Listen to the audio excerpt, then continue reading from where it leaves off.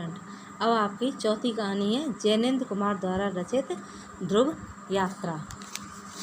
लेखक का नाम है जैनेन्द्र कुमार और कहानी का नाम है ध्रुव यात्रा। आप लोगों ने 3 कहानियाँ पढ़ ली। पहली थी पंचलाइट, दूसरी लाठी और तीसरी बहादुर, चौथी कहानी आपकी ध्रुव यात्रा। इसका सारांश पेज नंबर 256 पर दिया हुआ है। अब इस कहानी में सुनो क्या होता है। राजा रिपुदमन उत्तरी ध्रुव की यात्रा सफलतापूर्वक पूर्ण करके लौटते समय यूरोप के नगरों में जहाँ जहाँ रुके वहाँ उनका भरपूर सम्मान हुआ कि वो युद्ध करने के लिए कहाँ गए थे, उत्तरी ध्रुव पर। वहाँ से सफलतापूर्वक लौट कर आ गए। अखबारों में प्रकाशित इस खबर को पढ़कर उर्मिला प्रसन्न होकर अपने सोते शिशु का चुम्बन लिया। उर्मिला है रिपुदमन की मंगेतर। तो रिपुदमन ने क्या करा था कि उर्मिला से विवाह नहीं किया था।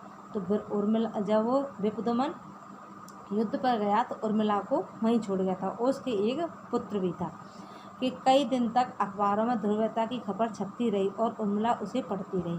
रिपुदमन मुंबई आ पहुँचे और वहाँ भी उनका भरपूर स्वागत हुआ। शिष्टमंडल के अनुरोध पर राजा रिपुदमन दिल्ली आए। वे सबसे सौजन्य से मिलते हैं। ऐसा लगा कि उन्हें प्रदर्शनों में उल्लास नहीं है।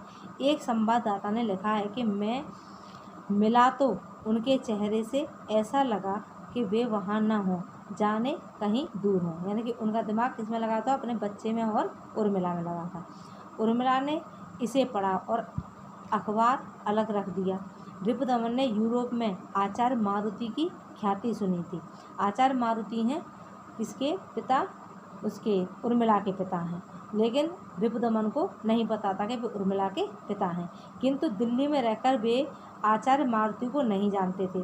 अवकाश पाते ही वे आचार्य मारुति के पास पहुँचे।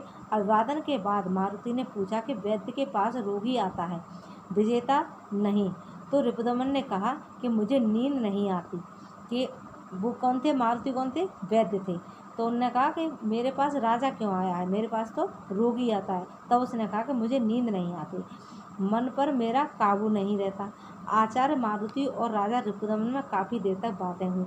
रिपुदमन विवाह को बंधन मानता है किंतु प्रेम से इनकार नहीं करता। रिपुदमन ने उर्मिला से विवाह इसलिए नहीं करा था क्योंकि वो विवाह को बंधन मानता है और प्रेम को पवित्रता मानता है, प्रेम को स्वतंत्र मानता है। तो इसलिए उसने उससे विवाह नहीं किया था।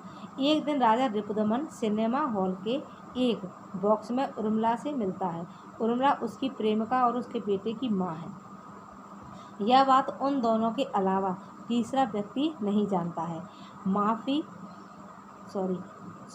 काफ़ी बातें होती हैं। बच्चे का नाम रिपुदमन माधवेंद्र बहादुर रखता है। उर्मिला पूछती है कि तुम अपना काम बीच में छोड़कर क्यों चले आए। वह कहती है तुम्हें मेरे और मेरे बच्चे की चिंता नहीं करना चाहिए। रिपुदमन कहता है कि मैं केवल तुम्हारा हूँ, तुम जो कहोगी वही करूँगा।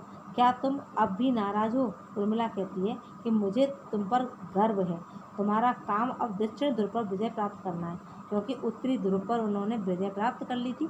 तब उर्मिला कहती है अब तुम्हारा काम है दक्षिणी ध्रुव पर विजय प्राप्त करना, तुम्हें जाना ही होगा। यदि मेरे कारण तुम नहीं जाओगे तो मैं अपने को क्षमा नहीं कर पाऊंगी। मारुति की बात चलती है तो उर्मिला उसे ढोंगी कहती है। उर्मिला अपने पिता को क्या बताती है, ढोंगी, क्योंकि उर्मिला ने अपने पिता के बारे में रिपुदमन को नहीं बताया और रिपुदमन भी उसके बारे में नहीं जानता है।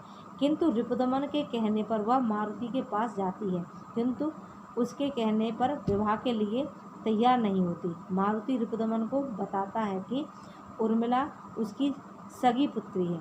किसने बताया? मारुति ने, कि वो मेरी ही पुत्री है, उसे विवाह करके साथ रहना चाहिए। यानी कि अब विवाह कर लेना चाहिए और उसे उसके साथ में रहना चाहिए। वह भी यही चाहता है कि किंतु उर्मिला के हटके कारण तीसरे दिन दक्षिणी ध्रुव जाने के लिए अमेरिका फ़ोन पर बातें की और बताया कि परसों शटलैंड द्वीप के लिए पूरा जहाज हो गया है। उर्मिला के कुछ दिन रुकने के लिए कहने पर वह रुकने के लिए तैयार नहीं हुआ। इस खबर से अखबारों में धूम मच गई। वह दिन भी आ गया जब रिपुदमन उससे दूर चला गया। उर्मिला कल्पना में बहुत कुछ सोचती रहती थी, किंतु अचानक तीसरे दिन उर्मिला ने अखबार में पढ़ा कि राजा रिपुदमन सवेरे खून में भरे पाए गए हैं। गोली का कनपटी के आर पार निशान है। मृतक के तकिए के नीचे मिले पत्र का आशय था, यह यात्रा निजी थी, किसी के वचन को पूरा करने जा रहा था। ध्रुव पर भी बचना नहीं था। जब भी नहीं बचूंगा और भगवान मेरे प्रिय के अर्थ और मेरी आत्मा की रक्षा करें। कि वो रिपुदमन का मतलब था कि वहाँ पर दक्षिणी ध्रुव पर जाऊँगा तो वहाँ भी मैं नहीं बच पाऊँगा, वहाँ भी मृत्यु को प्राप्त होऊंगा। तो इसलिए वो यात्रा शुरू करने से पहले उन्होंने आत्महत्या कर ली। तो ये है आपकी कहानी ध्रुव यात्रा। तो इस कहानी का भी सारांश ही आएगा, और सारांश और उद्देश्य हम आपको लिख के दे देंगे, और सारांश आप लोग ध्यान से पढ़ना और अच्छे से सुनना, और घर में रहो, सुरक्षित रहो, स्वच्छ रहो, अपना ख्याल रखो, ऑनलाइन क्लासें बराबर अटेंड करते रहो।